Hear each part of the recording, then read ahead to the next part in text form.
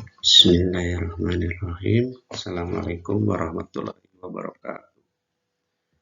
Saya kembali bertemu di mata pelajaran kimia. Saya Tarjono SPD, pengajar kimia di SMA Negeri 1 Depolot di kelas 11 MIPA. Kali ini saya akan menyampaikan materi tentang keseimbangan kimia. Nah, apa itu keseimbangan kimia? Mari kita lihat ilustrasi berikut. Kertas dibakar. Ketika kertas dibakar, maka hasilnya adalah abu. Nah, pertanyaannya adalah, apakah abu dari hasil pembakaran kertas ini dapat diubah kembali menjadi kertas seperti semula? Betul, tentu tidak. Nah, jenis reaksi seperti ini disebut sebagai reaksi berkesudahan atau reaksi satu arah. Artinya bahwa itu tidak bisa kembali menjadi zat semula.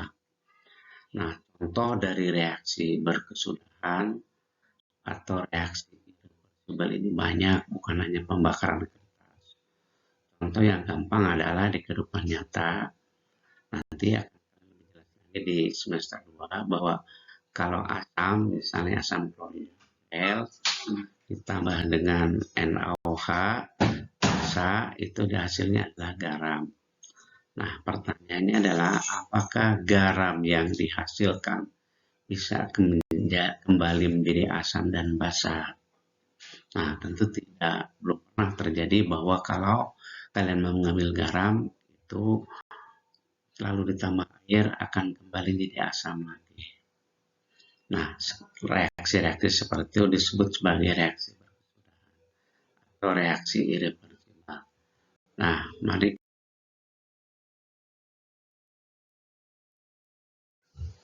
reaksi yang terjadi.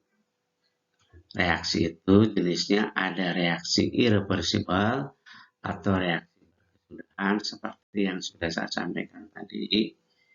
Yang kedua ada reaksi reversibel atau reaksi bolak-balik atau reaksi dapat balik.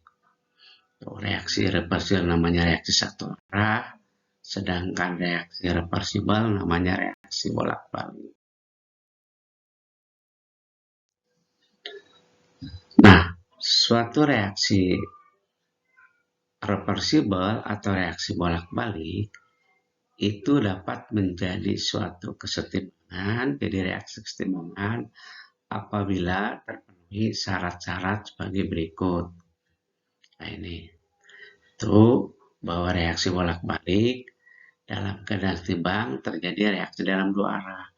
Jadi reaksinya itu dalam dua arah, reaksi pembentukan dan reaksi penguraian. Dan selalu terjadi pada sistem tertutup. Itu suatu sistem reaksi di mana zat yang bereaksi dan zat hasil reaksi tidak ada yang meninggalkan sistem. Kemudian reaksinya bersifat dinamis. Artinya secara mikroskopis reaksi berlangsung terus-menerus dalam dua arah dengan laju reaksi pembentukan sama dengan reaksi laju penguraiannya. Itu yang disebut syarat terjadinya reaksi reversibel untuk menjadi reaksi keseimbangan. Kita lihat grafik perubahan laju reaksi terhadap waktu pada reaksi bolak-balik.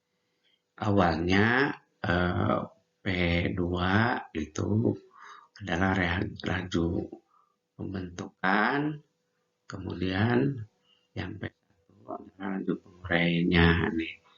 Lama-lama dia akan bertemu maka akan menjadi reaksi keseimbangan. P laju reaksi dari kiri atau yang ke kanannya, sedangkan P2 reaksi dari kanan ke kiri. Grafiknya. Nah, keseimbangan akan tercapai apabila laju pembentukan atau P1 dengan laju penguraian atau P2 itu sama. Baru disebut sebagai keseimbangan. Nah, sekarang kita lihat jenis-jenis keseimbangan.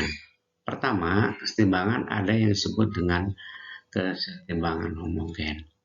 Nah, apa yang homogennya? Mari kita lihat.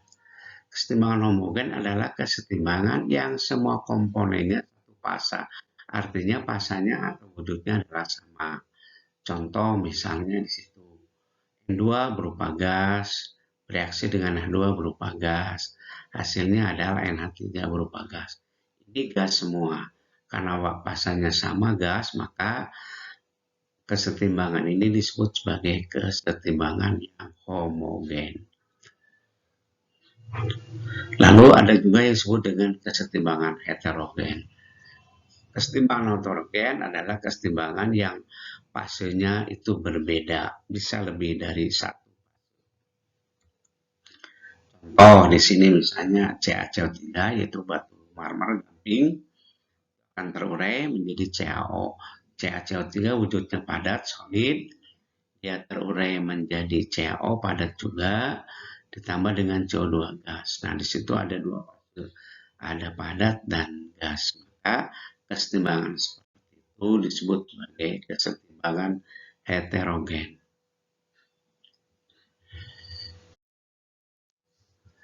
Lalu bagaimana cara menentukan hukum kesetimbangan? Nah, berdasarkan hukum dari Gutenberg bahwa dalam keadaan setimbang, hasil kali konsentrasinya hasil reaksi dipangkatkan koefisien reaksinya dibagi dengan hasil kali konsentrasi reaksi dipangkatkan dengan koefisiennya akan mempunyai nilai yang tetap. Jadi kesimpulannya adalah bahwa untuk membentuk hukum kesetimbangan atau membuat rumus kesetimbangan, kalian tinggal membuat nanti konsentrasi yang kanan sebagai hasil atau produk dikalikan konsentrasinya, kemudian dipangkatkan dengan koefisien, lalu dibagi dengan reaksi yang sebelah kiri, kemudian dipangkatkan koefisiennya. Nah, kesetimbangan itu ada dua, hukum kesetimbangan itu ada KC itu adalah berarti kesetimbangannya yang berkaitan dengan konsentrasi. Di sana nanti satuannya adalah molaritas. Karena dari mol per liter. Berarti nanti harus ada volume. Nah, cara menentukan kesetimbangan seperti yang tadi saya sampaikan, bahwa konsentrasi produk dipangkatkan dengan koefisien dibagi konsentrasi reaksi dipangkatkan dengan koefisien. Di sini produknya adalah C dengan D. Maka konsentrasi C pangkat P koefisiennya dikali konsentrasi D pangkat I koefisiennya dibagi konsentrasi A pangkat M koefisiennya dikali dengan konsentrasi B pangkat N. Itu cara menentukan persamaan kesetimbangan dalam bentuk KC. Di mana satuan KC itu adalah molaritas atau mol per liter. Kemudian satu lagi tetapan kesetimbangan, satu lagi yaitu disebut dengan KP atau tetapan kesetimbangan tekanan. Berarti nanti ini berkaitan dengan tekanan. Ya, misalnya reaksinya sama seperti tadi, yaitu A tambah B hasilnya C tambah D. Maka KP-nya sama, tapi bukan dalam bentuk konsentrasi, tapi dalam bentuk tekanan parsial. Itu sama, caranya adalah tekanan parsial C pangkat Q dikali tekanan parsial D pangkat Q, kemudian dibagi tekanan parsial A pangkat M, tekanan parsial D pangkat M. Itu cara menentukan rumus kesetimbangan baik KC maupun KP. Nah, untuk selanjutnya, di mana P itu adalah tekanan parsial gas. Cara memperoleh tekanan parsial gas adalah tinggal kalian gunakan rumus mol gas. Mol gas X-nya dibagi mol total dikali tekanan. Nah, kemudian nanti kita akan coba menyusun atau membuat latihan bagaimana cara menentukan KC maupun KP. Nah, ada satu lagi hubungan Kc dan Kp. Apabila nanti kalian mau mencari Kp, lalu tidak ada tekanan parsial, maka bisa gunakan rumus ini. Yaitu bahwa Kc dan Kp itu yang persamaan, yaitu Kp sama dengan Kc dikalikan R pangkat T kali delta N. Delta N adalah selisih jumlah koefisien produk dikurangi dengan jumlah koefisien. Demikian bisa Bapak sampaikan. Mudah-mudahan bisa kalian pahami. Selanjutnya mari kita latihan. Nah, sebelum latihan ada satu lagi, yaitu ada yang disebut dengan kesetimbangan disosiasi atau reaksi penguraian suatu senyawa menjadi zat yang lebih sederhana, di mana derajat disosiasi adalah derajat penguraian. Cara memperolehnya adalah diperoleh dari jumlah mol yang terurai dibagi